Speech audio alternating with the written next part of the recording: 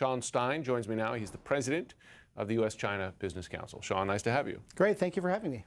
You have years of experience living and working in China, both in the State Department and the private sector. I wonder, based on where Trump is heading here and China's reaction, is decoupling of the two economies in effect the fait accompli? I don't know if it's a fait accompli, but it's happened now. The question is it reversible?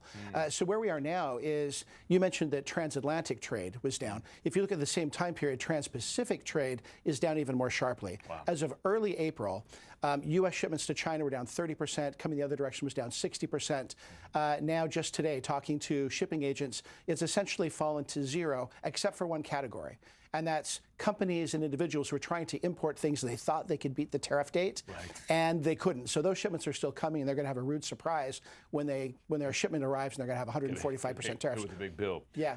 Who stands to lose more, the U.S. or China, or is it a loss for both? Yeah, well, I think I don't like to think of who loses more, right? Because the fact is, if you're a U.S. policymaker or U.S. business, you're like, is the U.S. losing, and do you care if China's losing more or not? And if you're a U.S. business, you don't really care if China's losing more because, what have we got? We've got $148 billion of exports that go to China every year. We've got 1 million jobs, more than 1 million jobs, that are directly tied to exports to China each year. And so if you're a worker whose job is exports to China, you don't care how many Chinese workers are losing their job because you're going to lose your job. And so the real problem is the tariffs. And so it's not who started it, it's not any of that. It's really just a problem that's existential now for a lot of American companies. Yeah, I mean, that's the point, right? Despite the imbalance, that's still a large amount of money and a large amount of jobs dependent on that trade. Yeah, well, it is, but I think here's one of the problems that we have in Washington, and I've heard this talking to senior policymakers. There is this view that China's economy is so weak that this is going to somehow bring China to its knees. Right. That might have been true a couple of years ago. Back in the first time we had the trade war, back in 2018, 2019, U.S. trade with China was 20% of their global exports, or trade of their global trade. Now, they trade more than 2 times as much with ASEAN than they do with the United States. Wow. So now we're like, under 3%. So under 3% of China's GDP, China's exports, all of a sudden it puts it into context that, does China like the tariffs? No. But is it going to bring their economy to their knees? Yeah, not either. And so the question is, who can endure the pain longer? And I think maybe there was some underestimation of that on the U.S. side.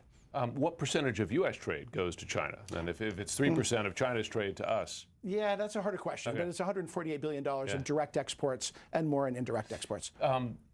Do strongman tactics work on Xi Jinping?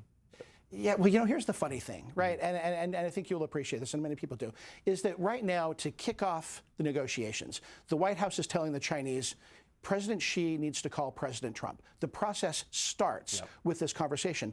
But if you're in China, that's not how it works. The way it works is it starts out at sort of a staff level and a working level, works up through the minister, and the process ends with the call between the two leaders. So now we have the U.S. saying it's got to start with this, and the Chinese saying, no, that's the end. So we have this fundamental character or this fundamental cultural difference that needs to be overcome before anything can happen. No question. Sean Stein, thanks so much for clearing things up. Thanks for having me. Appreciate it.